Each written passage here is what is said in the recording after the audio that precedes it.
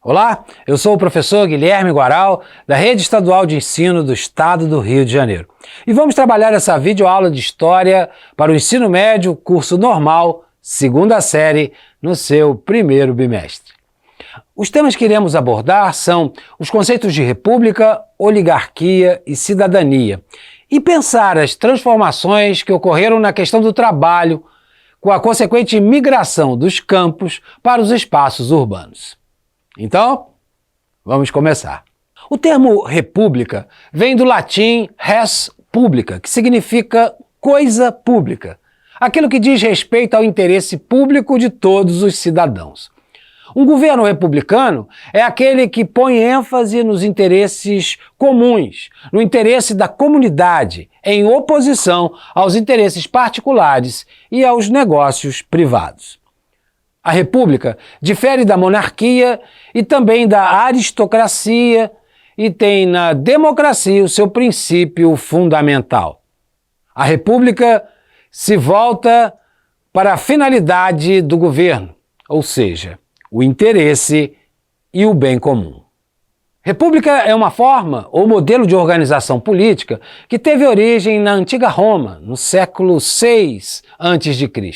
E dessa estrutura derivaram as principais instituições políticas modernas, como o parlamento, constituído por membros representantes da população. O parlamento, nos dias de hoje, compõe a estrutura política tanto de regimes presidencialistas, onde o presidente é o chefe de governo e o chefe de Estado ao mesmo tempo, como no Brasil ou nos Estados Unidos, quanto em regimes monarquistas, como o Reino Unido e o Japão, nos quais o chefe de Estado é o monarca e o chefe de governo é o primeiro-ministro. Existe também a variante do modelo parlamentarista presidencialista, em que o presidente é o chefe de Estado e o primeiro-ministro o chefe de governo. A república é vista, mais recentemente, como uma forma de governo na qual o chefe do Estado é eleito pelo povo ou seus representantes, tendo seu mandato com uma duração limitada.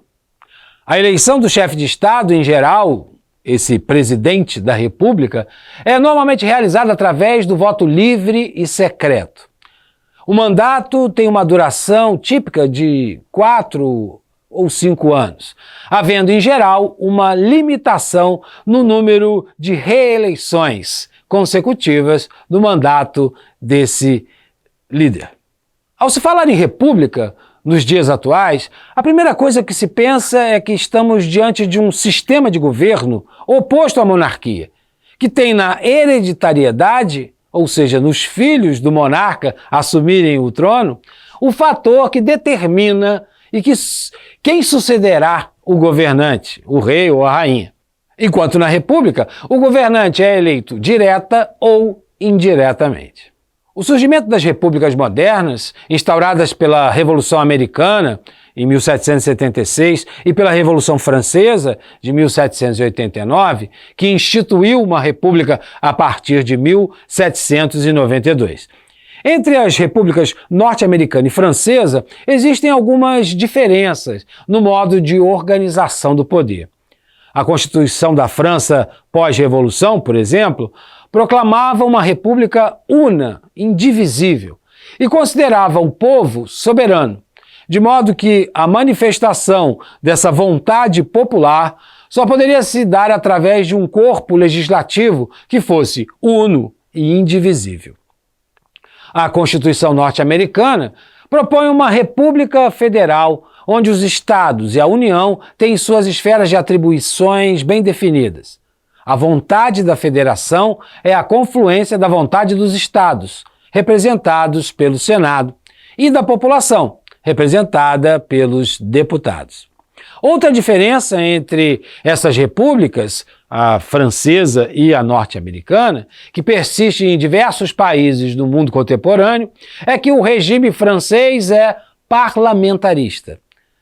O presidente da República tem poderes reduzidos, sendo o chefe de Estado não o chefe de governo, e sim esse cargo exercido pelo primeiro-ministro. Já nos Estados Unidos, assim como no Brasil, vigora o presidencialismo. e o presidente acumula as duas chefias. Proclamada em 15 de novembro de 1889, a República do Brasil não fez com que os interesses públicos ficassem acima dos interesses das oligarquias desde sua proclamação aos dias atuais.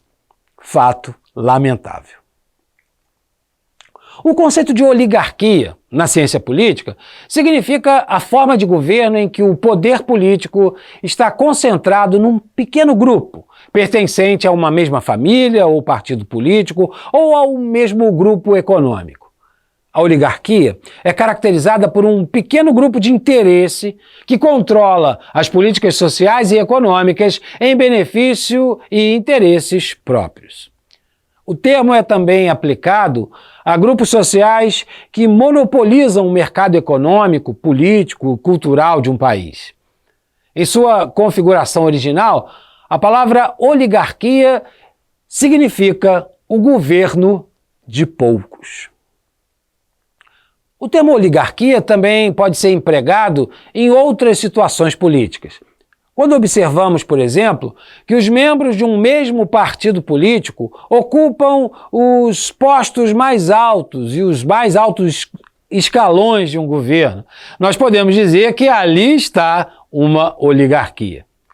Em geral, a presença das práticas oligárquicas impede que grande parte da população participe do debate político. Assim, a ação de uma oligarquia dificulta a plena instalação de uma democracia. Muitas vezes, as ações administrativas de um representante político se mostram vinculadas ao benefício de uma parcela reduzida da população. Dessa forma, grandes parcelas do povo acabam experimentando situações de exclusão e também de abandono. As oligarquias são grupos sociais formados por aqueles que detêm o domínio da cultura, da política e da economia de um país e que exercem esse domínio no atendimento de seus próprios interesses e em detrimento das necessidades das massas populares. Num país pós-colonial, como o Brasil, os interesses oligárquicos estão diretamente relacionados aos interesses do imperialismo e do capital internacional. Oligarquias são grupos fechados, pequenos, que detêm o controle do poder, geralmente formadas por familiares de grandes proprietários. A cidadania é a prática dos direitos e deveres de um indivíduo em um Estado. Esses direitos e deveres de um cidadão devem andar sempre juntos, uma vez que o seu direito implica necessariamente numa obrigação para com o outro cidadão. O conjunto de direitos, meios, recursos e práticas que dá à pessoa a possibilidade de participar ativamente da vida e do governo de seu povo e país é a essência da cidadania. Cidadania. Esse conceito teve origem na Grécia Antiga, sendo usado para designar os direitos relativos ao cidadão, o indivíduo que vivia na cidade e ali participava ativamente dos negócios e das decisões políticas. Cidadania estava alicerçada na vida em sociedade. Ao longo da história, o conceito foi ampliado, passando a englobar um conjunto de valores sociais que determinam o conjunto de deveres e direitos de cada um dos cidadãos daquele país, daquela nação. A nacionalidade é um dos pontos centrais da cidadania.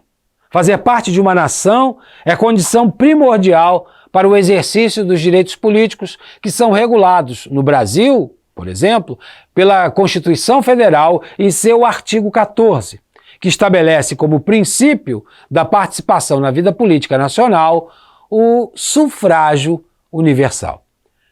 O alistamento eleitoral e o voto são obrigatórios para os maiores de 18 anos e facultativos para os analfabetos, os maiores de 16 e menores de 18 anos e os maiores de 70 anos. O termo cidadania pode ser compreendido pelas lutas, conquistas e também derrotas do cidadão brasileiro ao longo da história nacional, desde a independência até os dias atuais da República no nosso país. O Estado deve garantir a todos, com igualdade, o acesso aos serviços essenciais, como saúde, educação, saneamento básico, um sistema de transportes públicos decente e eficiente, e um aparato de segurança que respeite as diferenças e os direitos individuais de cada cidadão. Existem leis que têm como objetivo reparar as injustiças e uma longa história de lutas diárias para conquistar esses direitos. O direito à liberdade de expressão, o direito de organizar e participar de associações comunitárias, sindicatos, partidos políticos, o direito a um salário justo, a uma renda mínima e a condições para sobreviver, o direito a um pedaço de terra para plantar, para colher, o direito de votar e ser votado. Direitos elementares da democracia moderna que, infelizmente, nem sempre são legados aos indivíduos, nós, cidadãos brasileiros. O regime de trabalho no mundo, desde a Idade Moderna, com o advento da industrialização, provocou o deslocamento e a migração de população dos campos para as cidades. Esse fenômeno se chama êxodo rural e se constitui nessa ação de saída dos trabalhadores rurais em direção aos centros urbanos. No Brasil, esse fenômeno populacional foi causado pelo crescimento da indústria e da vida urbana. O processo de mecanização do campo também tirou vários postos de trabalho nas regiões rurais, frustrando o sonho dos trabalhadores do campo em melhorar de vida e até mesmo enriquecer. Sem terras, sem possibilidades de sobreviver sem dívidas e de sustentar suas famílias, a mudança desses indivíduos para as capitais acalentava o sonho de encontrar na região urbana o que o campo estava lhe negando. O êxodo rural resulta, portanto, em diversos problemas. No campo, ele gera a diminuição da população rural no país, gera uma escassez de mão de obra e automaticamente diminui a produção de alimentos e matéria-prima, forçando a inflação e o aumento no custo de vida. Já nas áreas urbanas, o êxodo rural ocasiona muitos problemas de ordem estrutural e social, como o aumento do desemprego. Como o crescimento da população é muito acelerado, o mercado de trabalho não consegue absorver todos os trabalhadores, criando assim um exército de reserva que aceita baixos salários para cumprir suas tarefas. A falta de qualificação profissional também dificulta a colocação desses indivíduos em uma função melhor e de melhor remuneração. O aumento do subemprego também é verificado em decorrência da falta de emprego e da necessidade de ganhar o sustento. E com isso, muitas pessoas se sujeitam a desempenhar atividades sem vínculos empregatícios para, pelo menos, conseguir adquirir sua alimentação.